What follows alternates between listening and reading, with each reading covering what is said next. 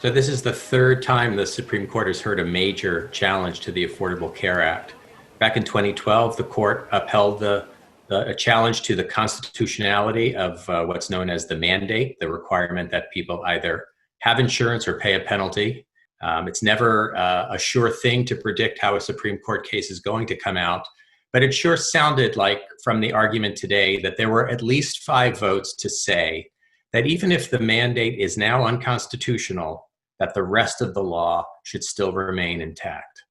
The mandate is essentially toothless right now because there's no penalty attached to it.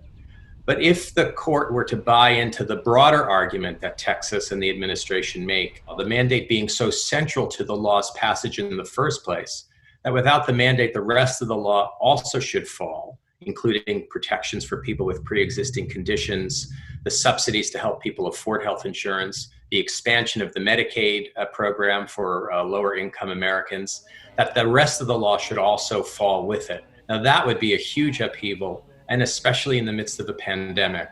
The ACA is kind of like a circuit breaker as far as some of the ill effects of the pandemic.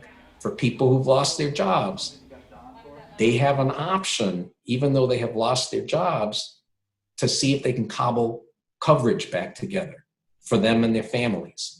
That would go away if the law is repealed in its entirety. One could argue that if Congress were to reimpose a modest penalty for not having health insurance, the entire case might go away.